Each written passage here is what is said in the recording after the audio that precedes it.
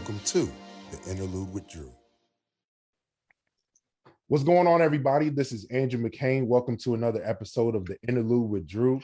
Today, I have a very special guest. You know his music. You've heard his production. He's a writer and a producer of such great songs as Your Great Name. He's worked with artists such as Todd Dulaney, Byron Cage, Bonita Jones, and the list goes on and on. This is super producer, writer, musician, singer, artist, all of this, JAMEL Kimbrrough. My bro, how's it going, man? Thank you so much for being a part of this podcast.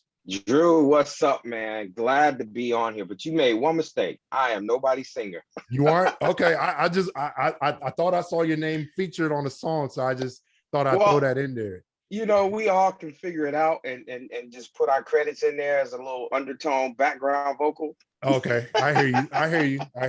It's all good. Thank you, bro. Glad to be here, man. Absolutely. So I wanted to start off by asking you, how was 2020 for you personally and professionally? Ooh, that's good. Well, personally, man, you know, the personal affects the professional, if that makes sense to you. Absolutely. So personally, man, I struggled, man, because not only has 2020 been bad for our country, you know, overall, man, you had issues with injustice. I mean, right. And then you had COVID just come up on us.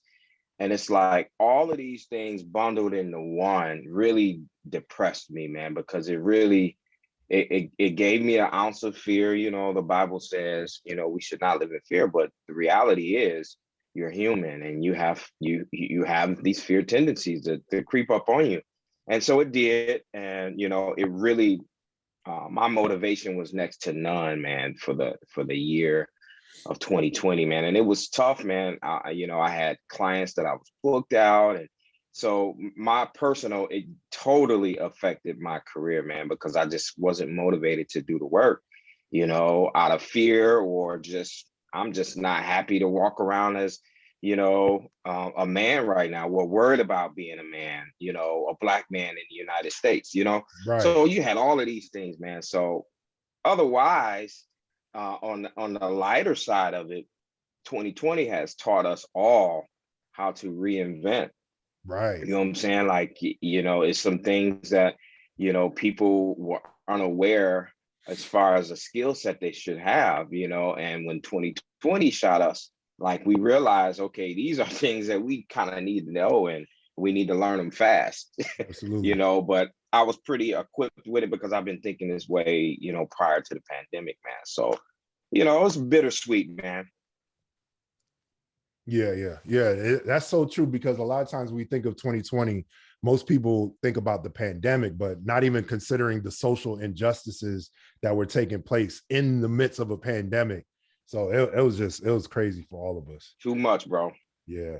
So I want to go back to the very beginning. How did you get your start in music? I heard a story that you've shared before, but if you can just share that story about how you came to start being into music in general. Man, so most people don't know well, they may know if you kind of follow my story, man, but my father is actually my stepfather. Okay. And this is the only man I've known all of my life. I know who my biological is, but my stepfather has been that role in my life. He's shown me how to change brakes. He showed me how to tie a tie. I mean, he taught me exactly the tools that I needed to be everything that I am. So this man he's non-musical. He's not even a musical person. Oh, and wow. He's the one that introduced me to music. Wow. So he's a pastor, you know, he's still a pastor today. But he used to have this cassette. So I don't know if a lot of people remember cassettes. I don't know how old you are. I know I do. I got started with cassettes too. So yeah. See, so you're not that young. You know what I'm saying? So you got a little age on you. You know, but a lot of these kids now be like, what is a cassette tape? Like what, you know? Yeah. You know, CDs, okay, they're still around, but cassettes, you know, you don't see them no more. But my dad had a case, like a briefcase for cassette tapes. And, you know, he would never, I mean, it was like this secret box of his. It was like, nobody can touch this thing. Like he wouldn't leave the house without it. it was just like this suitcase, and I needed to know what it was. So we Right. were driving one day, and he opened it up, and it was just a bunch of tapes of some of his favorite artists. And some of these he had to archive because he's a pastor and he probably shouldn't listen to some of his music. Oh, okay. Okay. I know what you mean. Yeah, yeah, yeah. Yep. So he was inspired by it. So it just sat there in his case because he didn't want to get rid of it. So he just trusted me to play me some of his music. And I mean, the moment I would hear artists like, I'm gonna go to Phil Collins, because Okay. I Yep. started on drums. He Yeah. had a tape of Phil Collins, Steve Winwood, Earth, Wind and Fire, Tower of Wow. Power, like all of these different bands. Um, one of my favorite piano players, Bruce Hornsby, he Right. had tapes of all of these cats, man. And so every time I would get in the car with him, I'm popping in one of them tapes, boop, boop, boop. And then I would get to the point where I was being a little devious. I would go take the box and put it in my room, Oh yeah. put it in my Walkman, man. So a lot Yeah. of people don't remember the Walkman. I had a Oh Walkman, yeah. and I would put the tape in there and I would just listen and just breathe. Yellow Jackets. I would breathe this Oh music wow. all day and night, man. Like, Oh wow. so it's just that one thing. And then also, side note to that, man, because he's a pastor, I was the drummer, like I said, at the church, and our musician at the time, he took another job to make some more money, which is typical. I get it. Got to feed your family, but he took another job that pays a little bit more. And we were kind of stuck without a organist. And so dad looked at me, he was like, I saw him, I felt him, I Yeah, felt yeah, yeah. this. He was going to say something. I didn't know what it was, but he looks at me and he's like, nods at me. He's like, get on the organ. I'm like, what you mean? I'll never play this thing. What do you mean get on the organ? Yeah. Just get up there. He was acting on faith, man. And I had to trust my dad because I loved him and I trusted him. So I got my tail on the organ, never played a note before. I got on there and found the chord in the moment. I found a praise chord. I found the bass Wow. line to some praise music in the moment, man. And Wow. so the church like went nuts, like because Wow. so the church was high. You know what that feels like.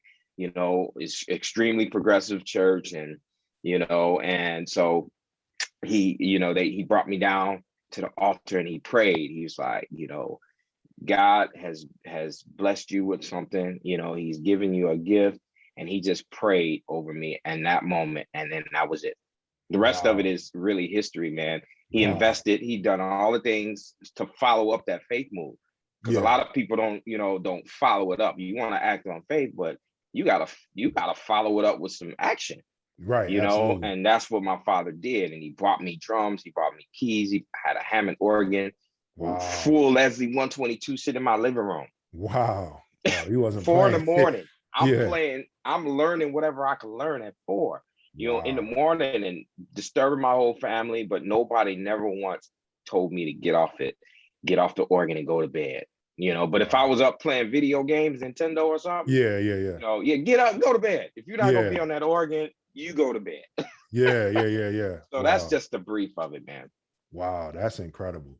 So you grew up in Illinois, correct? Around like closer to Chicago, right? Yes, sir. I grew up in a suburb of Chicago, which is Joliet, Illinois, and Okay. I got Okay. all my stripes there for sure.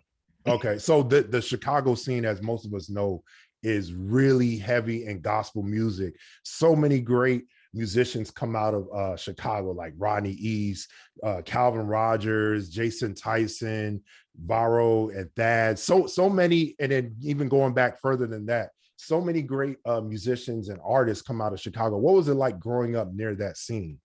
Man, I mean, because back then there was no YouTube, Right.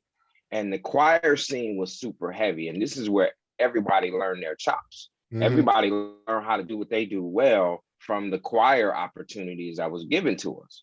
Like Ricky Diller, New Generation. Right. In Chicago, you had him, you had a few other ones, Mark Hubbard, and just Walt Whitman, Soul Children. So Yeah.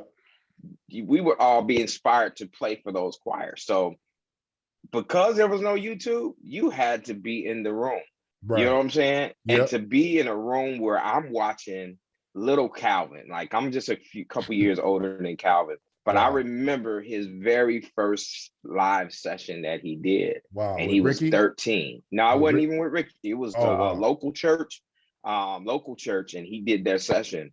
Okay. But I remember that Ricky session for sure. Yeah. Everybody got to Wow. remember that.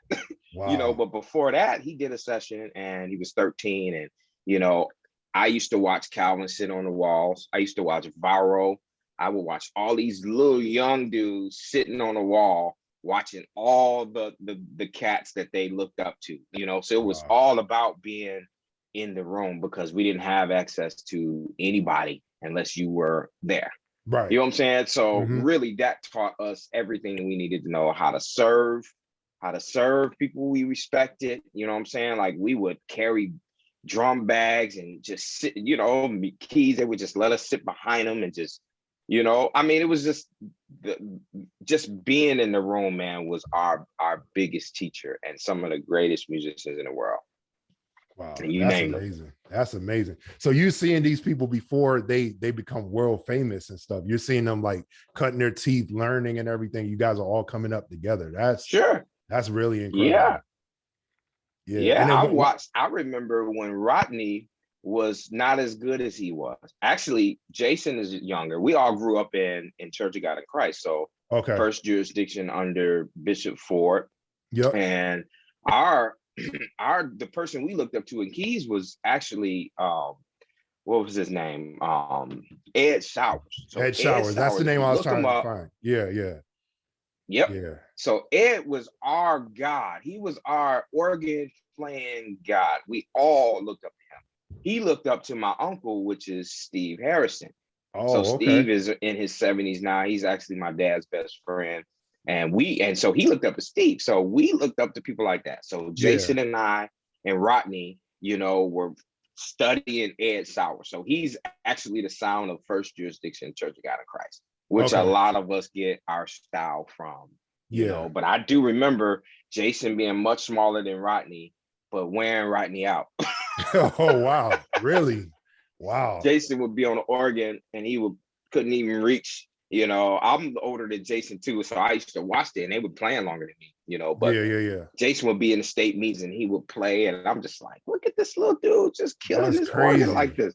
Wow. So and we all know each other well, grew up together, man. Wow, that's incredible. So Jason was ahead of Rodney at one point. That's crazy.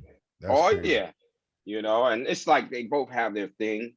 Some people would say, would you rather hear Rodney on organ or keys? I would rather hear Jason on piano and Rodney on keys. On organ. Oh, okay. That's my preference. I would like to hear it in that order, but they can both do it all. Yeah, interchangeable. Yeah, wow, exactly. That's amazing. So you're also, as I mentioned earlier, a songwriter. When did you start to write songs? Was that later on, or was that around the initial time that you started getting into music? Well, I realized I had been writing songs from day one, because a lot of people really don't know, as musicians, composing is writing songs. And a lot of musicians kind of misunderstand, like, oh, I'm just making up arrangements. Right. No, you're building verses, you're building choruses, you're building vamps, you're writing, and I think we weren't taught that. We were taught just to accompany a lyric and a vocal medley, That's true. So I have been writing music years ago, but really, as far as lyrically, years down the line, where I had to really trust what I had to say. I'm not even a strong lyric writer to this day because I just don't trust what I have to say sometimes. Vocabulary is everything, bro. So in order to write, your vocabulary has to be pretty large. You know what I'm saying? And I just felt like it wasn't. It was. I just didn't trust myself. Right. Yeah. So writing lyrically, came much later, down the line. So wow. Okay.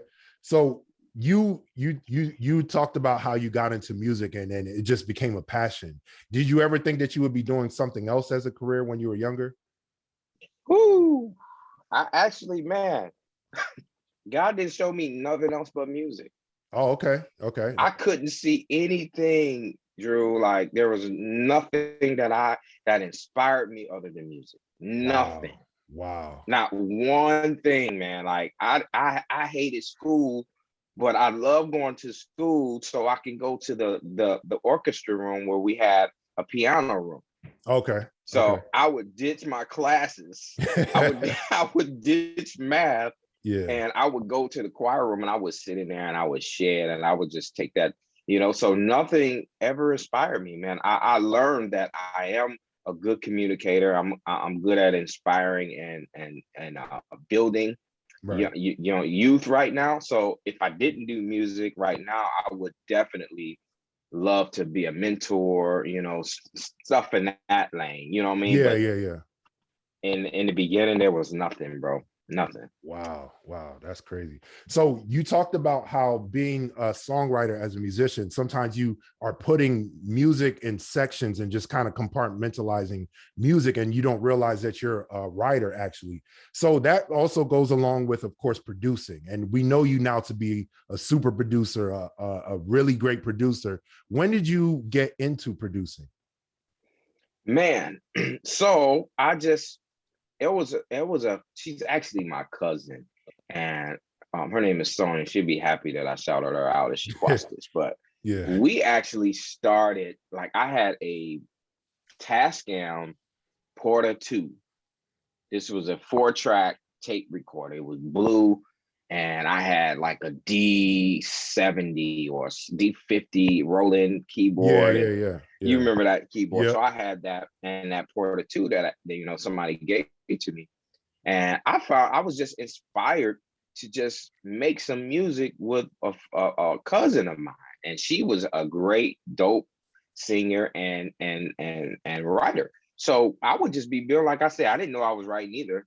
I was just making music, but Right. I found myself producing because I found myself fixing problems. Like when I started to realize that there was a problem with the song, like, okay, I knew at that point, well, I didn't know at that point, but when I realized I was fixing stuff, trying ways to make it sound better, change this medley. I think the tempo is too slow. I think the key is too high. Wow. You know what I'm saying? I hate that drum pattern. The chords are clashing, with your vocal cords. You know what I'm saying? So when I realized I was doing that, that's when I realized I was actually producing a song. Like, because producing music is just, it's so much more than just arranging the music part of the song. And a lot of people miss that. Like, I'm a producer because I made an arrangement. No, you're a producer. You didn't even have to make the arrangement to produce the song. That's true. And a lot of people don't realize that. You produced the song because sonically, I'm going to put this in this place. I'm going to call this person. I'm going to do that. I'm going to pick this song because I think this song fits this artist very well. That's production, Right. So when I started doing that, I was like, oh, there's something else here to just being a musician and just making some composition. I was like, there's another level to this thing. You know what I'm saying? Yeah. And at that point, I realized, okay, I started being attracted to artists that were just, super musical. And I would just call them, hey, come on, let's make some music together. Wow, and I was building my chops and didn't even know it. Wow. Okay. Yeah, it's funny how I've heard so many different producers kind of say that they kind of stumbled into it in a way. Like I've heard even Kevin Bond, he's greatly acclaimed, but he kind of said that he pretty much stumbled into it and that wasn't like his intention at the time. So that's really interesting to hear. So a lot of us, or most of us, know that you work with Todd Delaney. So now what he is today is not what he was when you guys first started working together. Can you talk about how you guys first connected and started making music together? Crazy. We were both signed to a record company outside of Chicago, and Todd and I had never even met each other. So the whole reason we were signed to this label was, via publishing and writing songs and landing this big, huge publishing deal. And that was the whole reason for us even being signed to the label. Him as a writer, me as a writer. Okay. And how we hooked up was really virtually. And so I would submit compositions. Like I said, I could just compose music in my sleep.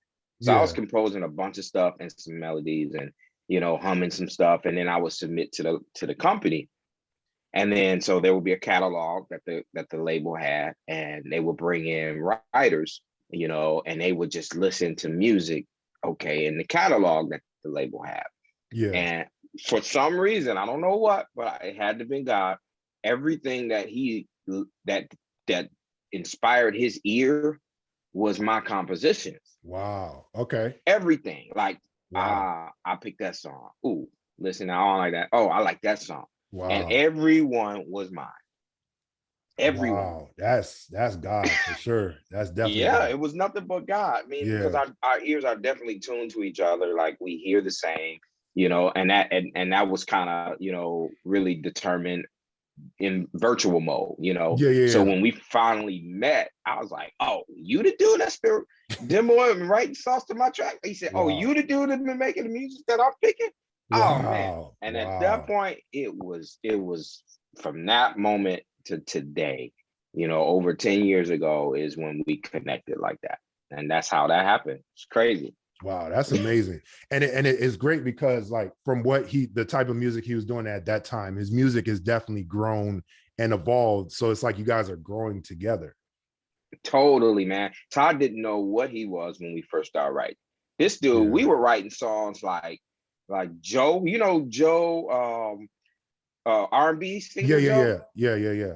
We were writing songs like that. I mean, we were doing all kind of music together. Yeah. And this was prior to him actually knowing, what he was inspired to do. Right. We didn't know I didn't know what I really liked. I just knew I liked music. Right. And as you dig, that's when you start finding yourself for sure. Absolutely. You know what I'm saying? So yeah, because listening to the first album, you could tell that there's a lot of different styles on there, and it's not really like what we've heard from him since then. So he had a really big hit with the song Pulling Me Through. And I believe there's a story behind that song from your end, if you'd like to share that. Bro, if you saw me, as soon as anybody bring that name, that song up, like my heart just goes poof. Wow.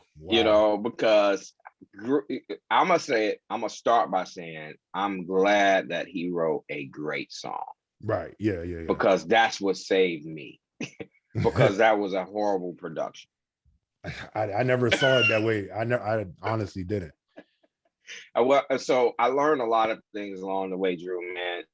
So we were signed to that same label, and I guess they didn't believe in him for some reason. They didn't see what I saw in Todd. Okay. I'm like, Todd, I got it. I don't know what y'all missing, but so I kind of inspired them to move along with him.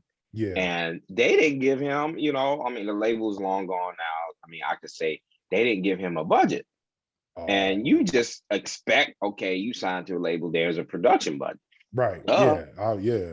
None. There was no budget. So me working in demo mode like I do, I called one of my best friends who played at my church. I said, hey, come by the studio. I want you to just play drums on this right quick. So he came. Okay. I knew it was all demo. All the keys was out of Logic. The bass was from Logic. Wow. The guitar. Now, I'm a guitar lover. Yeah. Guitars were all stock keyboard Logic sounds. Wow. That's crazy. But at that time, man, I was just painting the picture for the band. That's all I was doing. I wanted the guitars to feel like this. Yeah. And what you do, that's why you paint the picture. That's pre-production. Right. And so the label, not him, but the label, we kind of got into it, and he took my pre-production and was like, he dismissed me. You know what I'm saying? He just was like, all right, you can go on, Oh, wow. And, I was like, well, I want to finish the song. Give me a budget. He's like, well, there's no budget. Give me the session.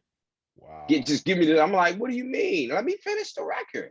He's like, we ain't got no budget. Give me the session. So he took my demo session, the files and everything, and he released it. Not Todd. This is the label. Yeah. Took that record. I had nothing to do with the final outcome of it. I wasn't involved in the mix, mastering. So when you listen to that song, the original version, at 4 minutes and something seconds, I knew in demo mode that song should have been faded by now. Yeah. So I stopped sporadically playing this part because of demo. And then I stopped playing the bass, and then the keys just Wow. stops. Guitar, just stuff just starts dropping out because I knew Wow. prior to that it should have been fake. Yeah. So I just dumped the files on them, and they released that to the very end, man. Wow, that's crazy. So Drew, I'm embarrassed. I'm like, this is like the first time we present something from Yeah. Todd, To the and you don't world. even let Yeah. me do it right. Oh man, that's really crazy. Yep. So Wow. I mean, and then we realized what that was, and so we just kind of start making our transition and move on from there, man. But yeah, so we did finish the album. He gave me a couple more dollars to finish the full album or whatever. Yeah. But that very first song was pulling me through, which had no budget. Oh, that's like unheard of, really. And it was a hit song. Man, I think it did. I don't know exactly what it did at Billboard, but it debuted pretty high, man, and it made some noise. And I'm like, I'm embarrassed. Yeah. I said, luckily Todd is good and he wrote a great song, like I said, because the song is what saved me. It wasn't the production. The production was whack. Wow. That's crazy. But in a weird way, it still launched you guys as a team and like kind of, set up the trajectory of where you guys will go. So after this album, now the next album was A Worshipper's Heart, right? Mm-hmm. So this time it felt like I knew who Todd Dulaney was, but when I heard A Worshipper's Heart, it kind of sounded like he was more secure in his sound and like who he was and what he wanted to do. So how did that project come about? What was the vision going into it? So back to the album before that, he learned himself by performing that first album, going out doing shows. Okay. He figured out exactly who he was. That makes sense. And so when we came back together to do another album, we started it with a studio record. So that whole album that you hear, Worshipper's Heart, was done in studio. Same arrangements, everything was a studio record. Oh, wow. I one of these days I'm gonna release it. Well, okay. I'm not gonna release it, but I'm gonna let people hear it. Yeah. And this was done by it was myself, Varro, that these guys played on that on the studio record. Yeah, it's that and Varro. And so what happened was the A&R at the time, Stanley Jones. Which one? Stan Brown. So you got Stanley Brown and you got Stan Jones. Brown, he's like one of my biggest mentors to this day, man. But he actually AR the record, and he's like, man, yeah, y'all should do this live. Wow. He said, y'all probably ran out of budget. I understand, budget probably ran out because you did the record in the studio and used budget. But can you do this live? What can you do to make this a live record? I said, all right, say no more. I pulled my team together. I got some other up-and-coming musicians, to come do the record with me. And we did that same record live, man. Wow. Like everything, but another energy came out of him when he did it live. So he'll never do a song in the studio again, unless it's meant to be like a sequence track. He will never do his records in the studio again because there's an energy that happens when you do the record live. So that's how that happened, man. That's incredible. So then out of that album, you guys had like the anthem, Victory Belongs to Jesus, huge song. So it like really propelled you guys, and it kind of, I believe, set the momentum for the next album, which is Your Great Name. So going into this one, you guys are now like, household name artist and producer, or getting to that level. Did you feel pressure to kind of match what happened, with A Worshipper's Heart with Your Great Name album? Nope. I'm gonna tell you why, man. Like, that's probably the biggest downfall us as creators have. We feel like we have to beat the last. When are you gonna ever just do you? You know what I'm saying? Right. Yeah. Versus chasing the success of something else. Like, you're gonna tap out at some point. Absolutely. And that's just the honest. So you're gonna get burnt out trying to beat everything that you did prior. You know what I'm saying? So that is not even in my mindset to beat or do better than the last record. Now, of course, you're a producer too, musician. There's some things that you learn and said, I'm gonna do better, logistically. I'm gonna do that better next time. Right. But it wasn't that I'm gonna make a better record than the last record. You know, right. our whole goal was, you know, we're gonna be honest, Hmm. you know, and he prayed and he said, man, I feel like this should be big and stadium sounding. Like that, those were the words he used, like Yeah, stadium. I need yeah, stadium music. And right, so I was like, cool. I knew what to do with that record at that point. I knew how right. to make all the songs. I knew what to do at that point. You know, once he said he had the vision, he laid it on me. He trusted me enough to say, take my vision and don't play with it. You know, bring it Hmm. home. And Right. that was my intention. Not to even go back to Worshipers High. That was old. Yeah. So now that you say stadium sound, that like really resonates with especially the lead single, Your Great Name, how it like it comes in with the drums and is like really big. And you had a hand in co-writing that song as well, right? Yep. So what was that process like? So yeah, Todd is an awesome, crazy writer. He started the song and he got pretty much halfway through it and was like, bro, I think this is gonna be a great song. I just don't know what to do with it now. Oh, okay. You know, I was like, okay, Yeah. thank you. Yeah. So I took the record. He sent me a voice note. I took the record. Then I built from the bridge on out. You know what I Okay. mean? Okay. You know, and so he needed to make sure that thing lifted and went somewhere different. You know what I'm saying? It Because he was did. kind of capped at the Yeah. chorus. You know, and I mean, it just happens. You know what I'm Yeah, saying? yeah, yeah. Or it could have been just he wanted my taste. I don't know if he was capped or not. You know, he just gave it to me at that point, Yeah. and I took it at that point. But in context to the record, the whole album, Yeah. you know, I needed to make sure this was gonna be huge. You know, we Right. started writing the record from that song. Right.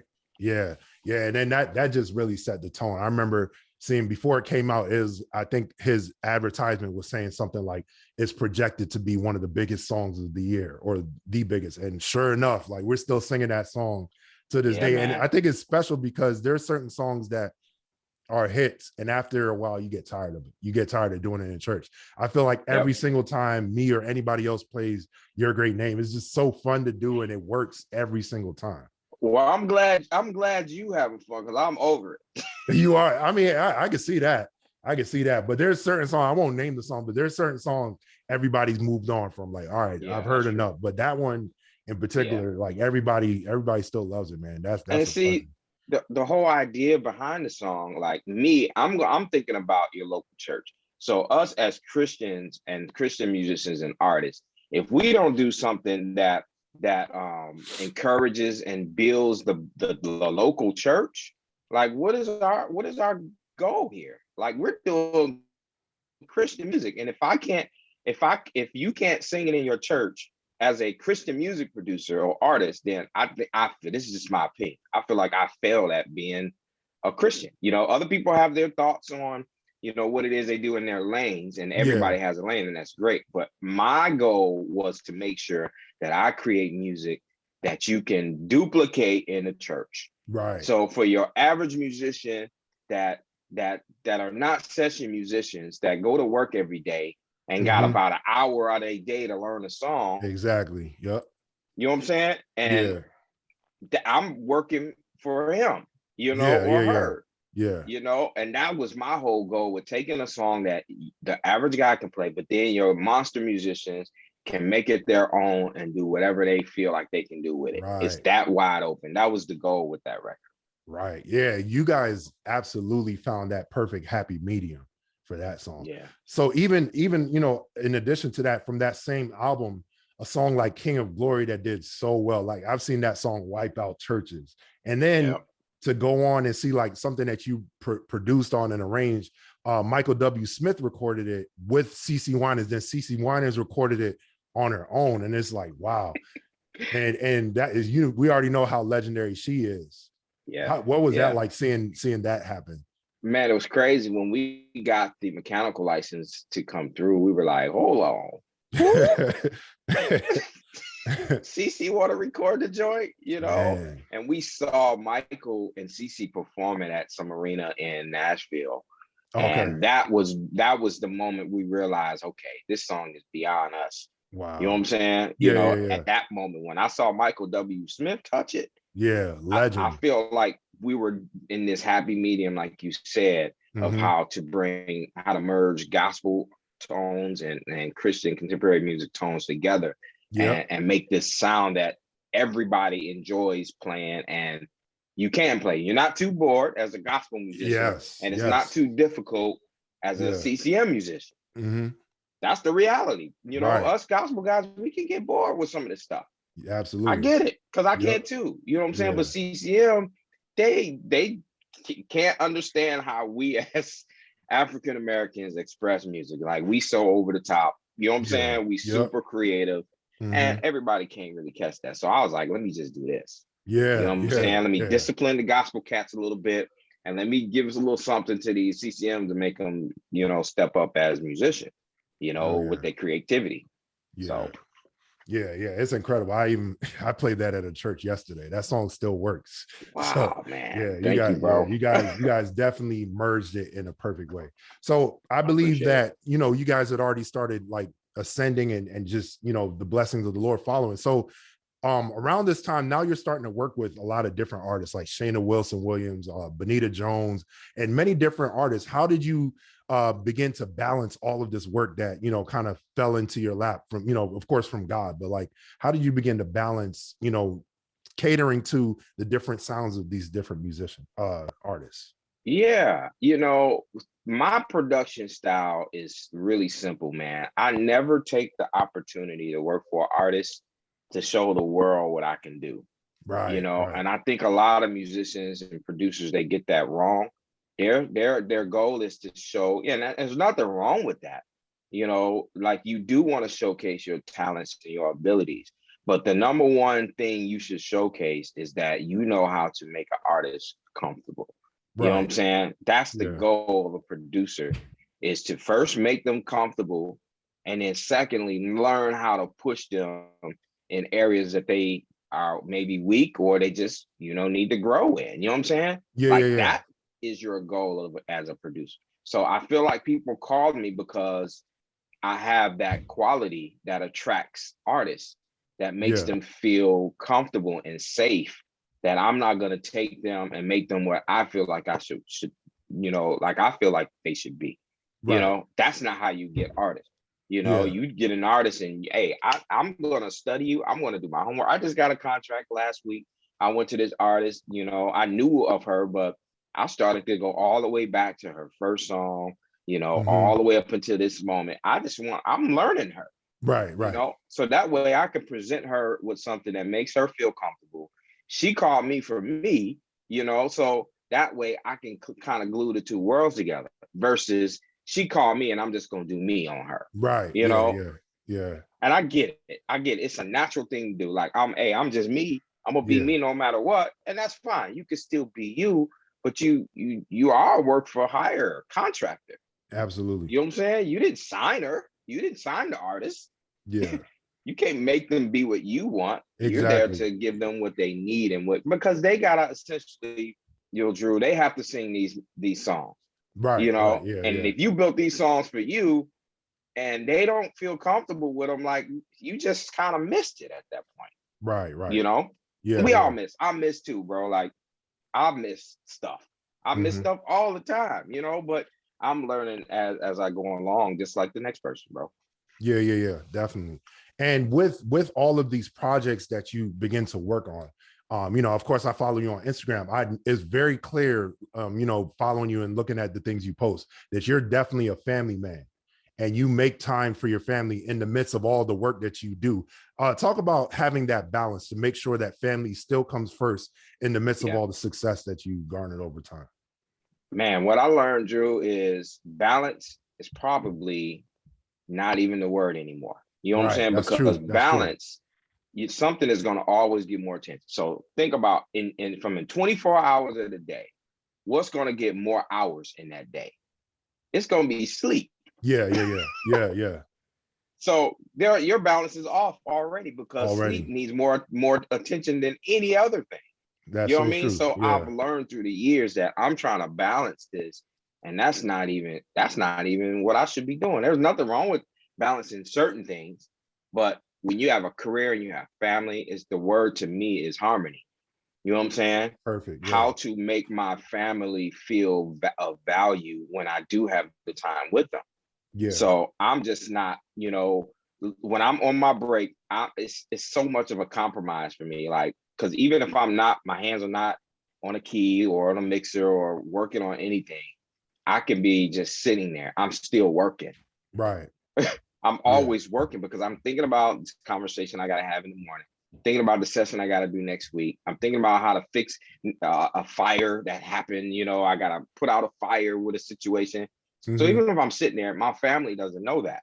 Yeah. You know what I'm saying? So they're like, dad. And my wife is like, husband, let's do this. And so we have to work harder than the most. We have to work harder than most, man. That's true. Like as a producer, that's a part of our calling and what God has called us to do is we got to work harder than the average Joe. Right. You know what I'm saying? Yeah. And that means working at your career, giving it 100, not 50, giving it 100 and giving your family 100. You know what I'm saying? 50 ain't it. Nah, that 100 in the time that you give your family. So all week, all day, you know what I'm saying? I prioritize things, but my family days are Fridays and Sundays. You know what I'm saying? And I don't compromise those for any artist or situation. Yeah. So I tell the artist like, okay, I'm unavailable. So we have to learn the art in saying, look, no. And they will appreciate that no, if at the same time you've invested enough into them. Right. So you show them like, I'm here for you, bro. Like I got this record for you, sis. And I've been diligent in giving you this. So here's my time. And I just need you to leave me, and they just gotta they will respect that, bro. If they know the heart and where it came from, they have to know that you're honest about, look, I love my family. So they'll leave you alone. When I can't do it, all the artists that I work with, they good. They like, all right, hit me when you can. Yeah. That's because I built that relationship with them. And I started from zero to say, listen, family before anything. You know what I'm saying? Right. And you know what I'm saying? Yeah. And my family now understands the same thing. They understand that dad is at work. I can't go downstairs to the studio and bother him right now. They've learned it too. So everybody learned it, which makes it a little bit easy for me to do family and do my career. And then I still got church. I still serve at church too. You know what I'm saying? So I'm putting all of these things together. And then my parents, I gotta be a son too. Yeah. It's a lot. It's a lot, man. So you just gotta compartment. You gotta make compartments. For certain things. Like, okay, this is when I do this. This is when I do that. And then they should not intermingle. You know what I'm saying? You should turn your computer off. I'm not working. Put it away. Turn it off, and be done with it. Turn off your phone. I'm done with social media. I'm spending time with my family. Turn your phone off. Yeah. These are things that we just have to do and not feel so pressured because people want what they want. And I get that. Yeah. But you got to keep what you want in order to be able to give them what they want from you. Yeah, for sure. Yeah.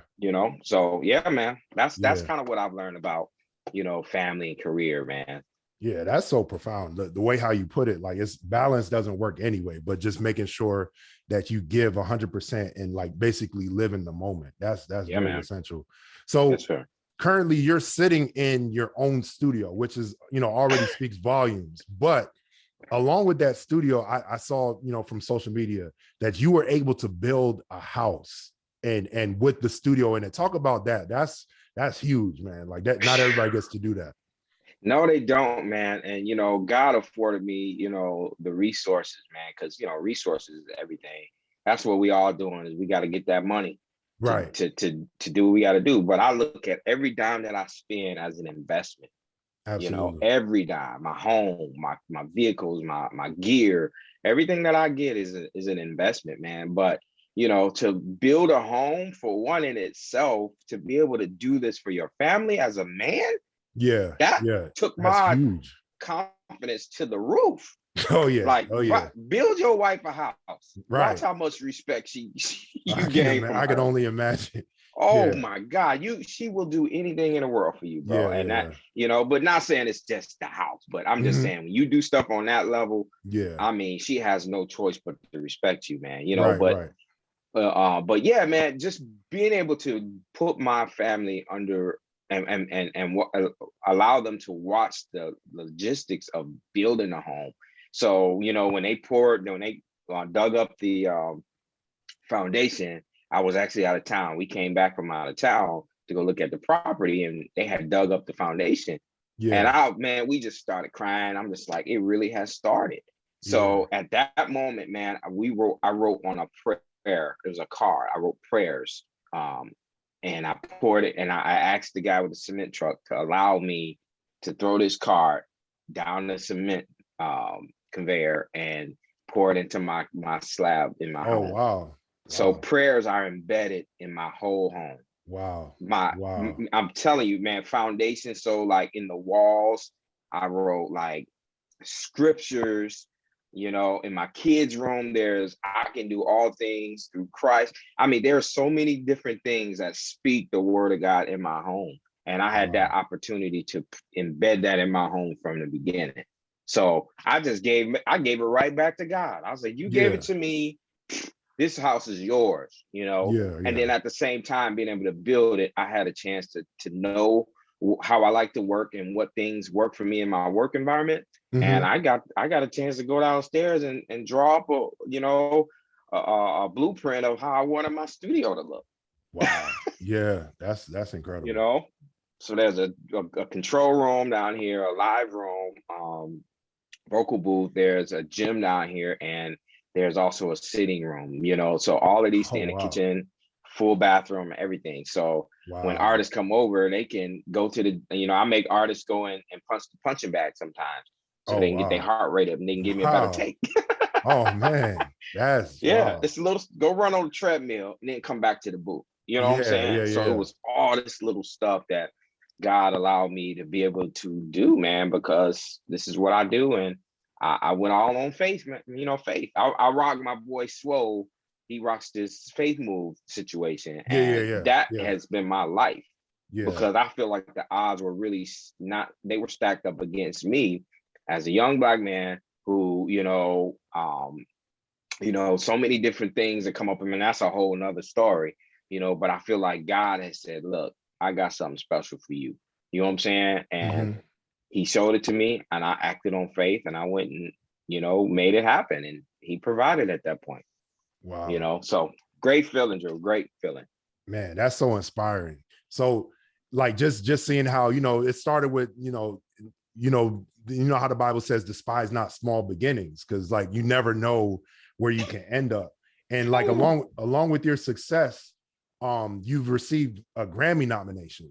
And just considering your whole journey, when you first started out and you said, okay, I want to do music, did you ever consider that would be something that could happen? It was always inspiring to me. I looked up to people like, Aaron Lindsay's one of my top guys, and I watch how many, and it was always something that I look forward to receiving. And I told God, I said, God, give me the opportunities because I can do this. Yeah. Like I can do it. Like, Lord, provide me. So me, I'm an introvert, and most people wouldn't know that.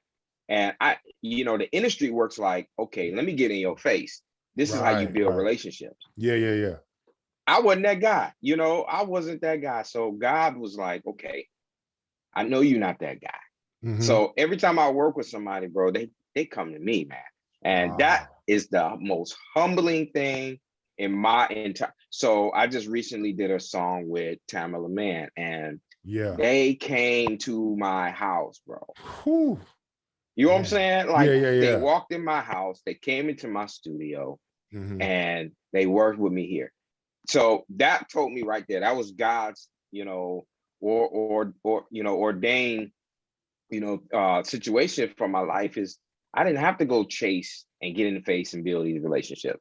God's, he's bringing them to me, and it's a humble brag, man. Like I'm boasting on the Lord, man. And I have a hard time with saying these things, but I have to, let people know that God did this, bro. This was none of me. Right. None. Right. Yeah, that's amazing. And Tamala, like I was gonna bring her up, but she's one of the greatest vocalists and like an absolute legend. So I know to be able to work with her had to be huge. Another legend that you recently got to work with was Byron Cage. What was that experience like?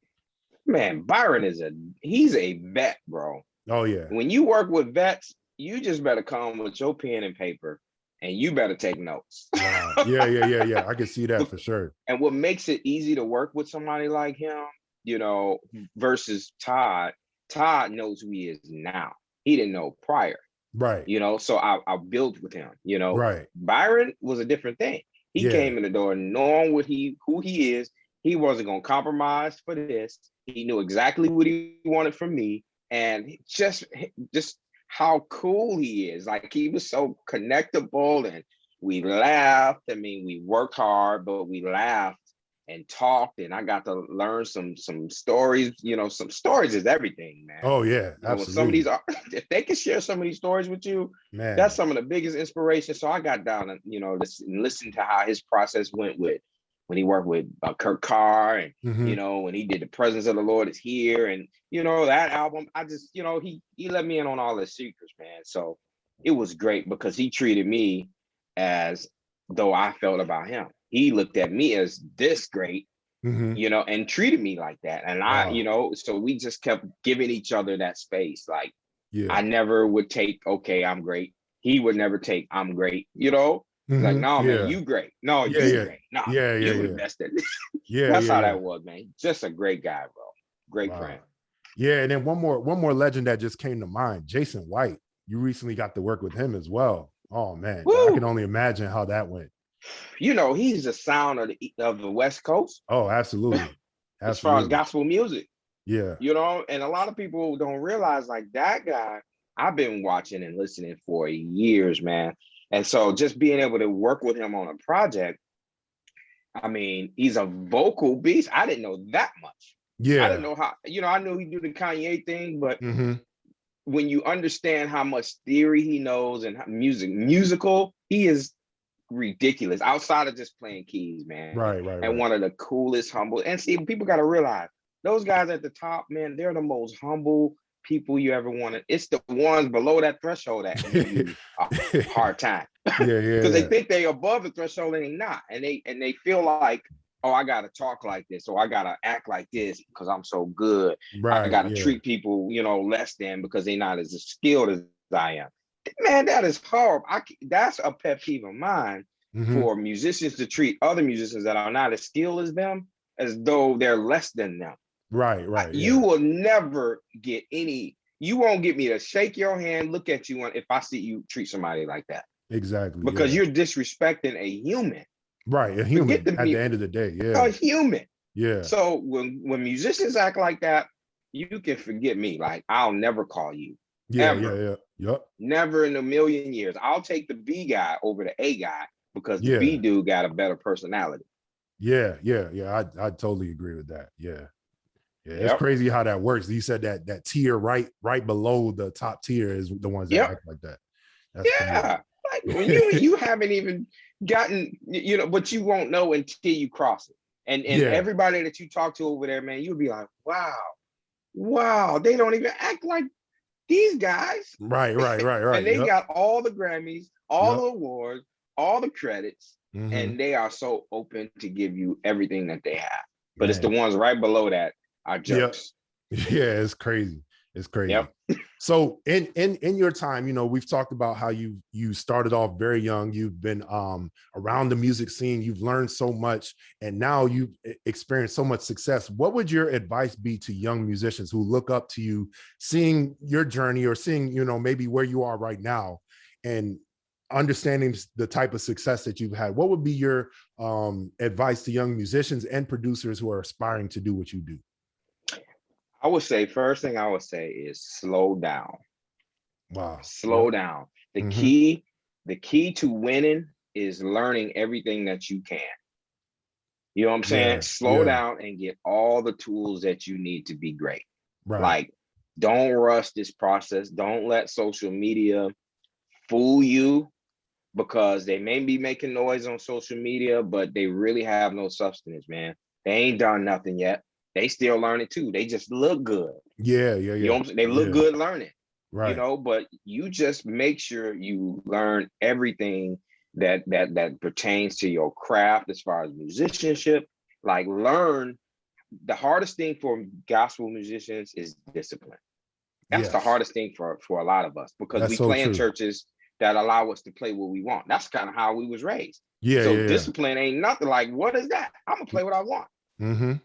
And so I challenge gospel musicians to discipline your playing and be intentional about what type of music you're playing. Like, play what's needed for the song versus what you want to play.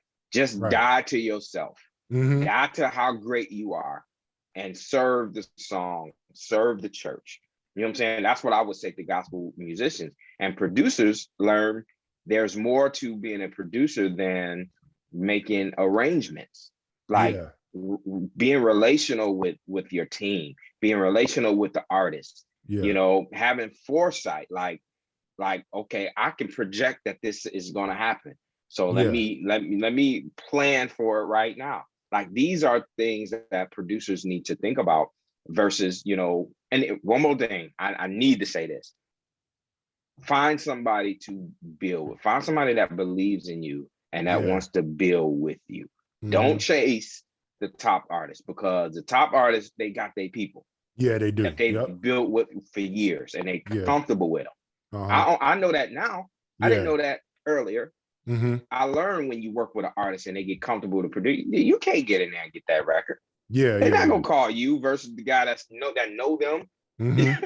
Yep. You know, so find somebody that wants to build with you, and you give that artist everything you got. Right. Give them all the attention. You learn on them, like, you know, you just go with that, and then you push that artist and show them that you believe in it, because then essentially the rest of the artists are going to see that you are attractive. That's what makes you attractive. Like, I'm gonna say this, and it might be a little kind of edgy, but you know, women that are home wreckers. Okay. Yeah. Why are they attracted to married people? Is because they can take care of home. Yeah. That's true. Which that ain't, you still should do it, you know, in that context. But that's what makes a great producer sought after, is because they see that you can take care of them. Right.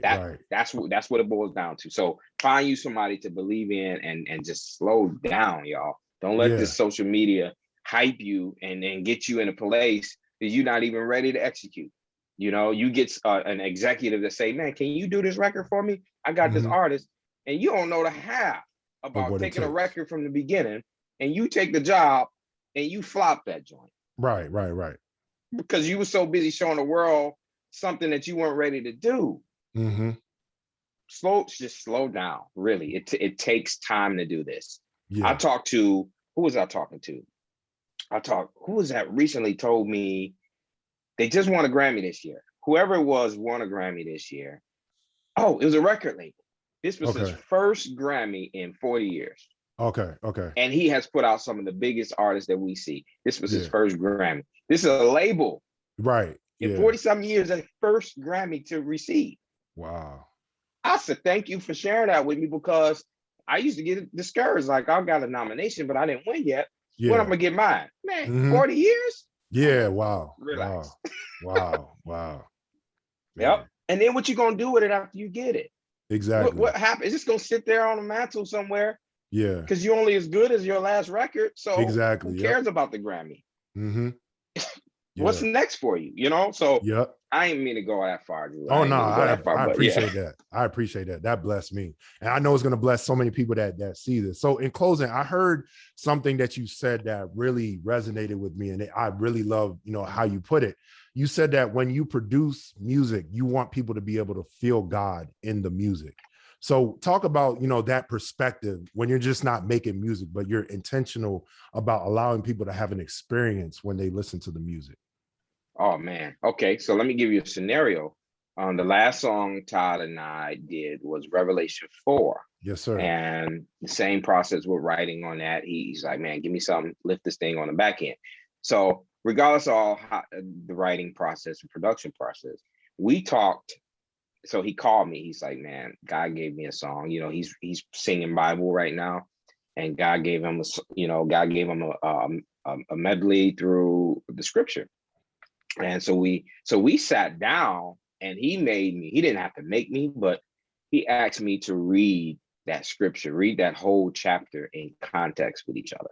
You know what I'm saying? And I think being intentional with where you're trying to take the song, getting context from it, that will help you to stay honest to the situation. You know what I'm saying? So he talked about, you know what I'm saying? So reading the scripture, reading and getting context to the song, like, okay, what do I want the people to feel like? You know what I'm saying? Like that's key to making sure that the song goes in the direction, you know, it needs to. We're Christians. So if I can't tug on your heart, I can't make you feel like you just won, or we doing vertical worship, I'm missing it at that point. That's true. You know what I'm saying? So you got to think about the end goal of your music. If you're making soaking music and you're got so many musical arrangements in there, how can I soak when I'm paying attention to how good the melody and the music is? You know what I'm saying? So that for me, I have to die to my style and the things that I want to hear to make sure that the average listener, the average worshiper can embody the song and go to a place when they hear the song. Like a music should make you feel something. Yeah, something. It should make you feel God. It should make you feel victory. It should, you know, even in secular songs, they make you feel like something. Something, you know? Yeah, and that's the whole goal. So your record, if it don't make you feel like something, you fail. Yeah. When I work a record and it doesn't, and I'm sitting at my desk and I'm working this record, if it don't tug on me, or I don't let out a cry, or I don't turn off and I turn off the lights and I worship at my desk, I feel like I didn't capture the record yet. Wow. If it's a gospel heavy churchy song, if I can't get up and dance, and not just dance because I'm enjoying the music, but I get up and dance because I really feel the presence of God through this song, I missed it. Wow. You know what I'm saying? So stop enjoying your music and listen to what it makes you feel like, not what it just sounds like. What does it make you feel like? You know, and then you'll get the your goal. You'll reach the goal of being intentional to that song. That's perfect. Absolutely, man. That was incredible. Thank you so much, man. Jamel, this interview was such a blessing. I truly, based on what we're saying, if you're listening, you see how busy this man is. So you already know how much of a privilege it is for him to take this time out to share. And I believe it's going to be a blessing. So thank you once again, man. I really appreciate it. Bless you, man. And I see you too, brother. You is monster on them keys. Oh, man. Praise God, man. I appreciate that. When I see you, man, I stop what I'm doing. If I see a keyboard in your post, I was like, wait, I ain't flipping past this. Let me hear. You know what I'm saying? Because I'm inspired by everybody, bro. So just wanted to shout that out before we get off of here. Wow, that means so much, man. To God be the glory. I really appreciate that.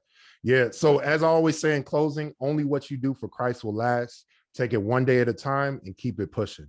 This has been another episode of The Interlude with Drew, with JAMEL Kimbrough, and I'll see you on the other side.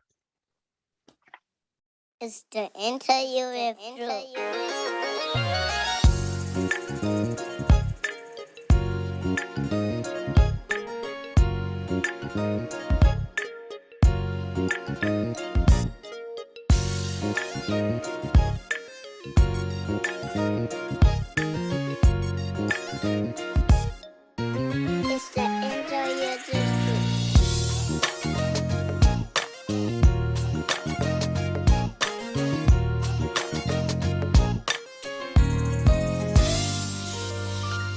Welcome to The Interlude with Drew.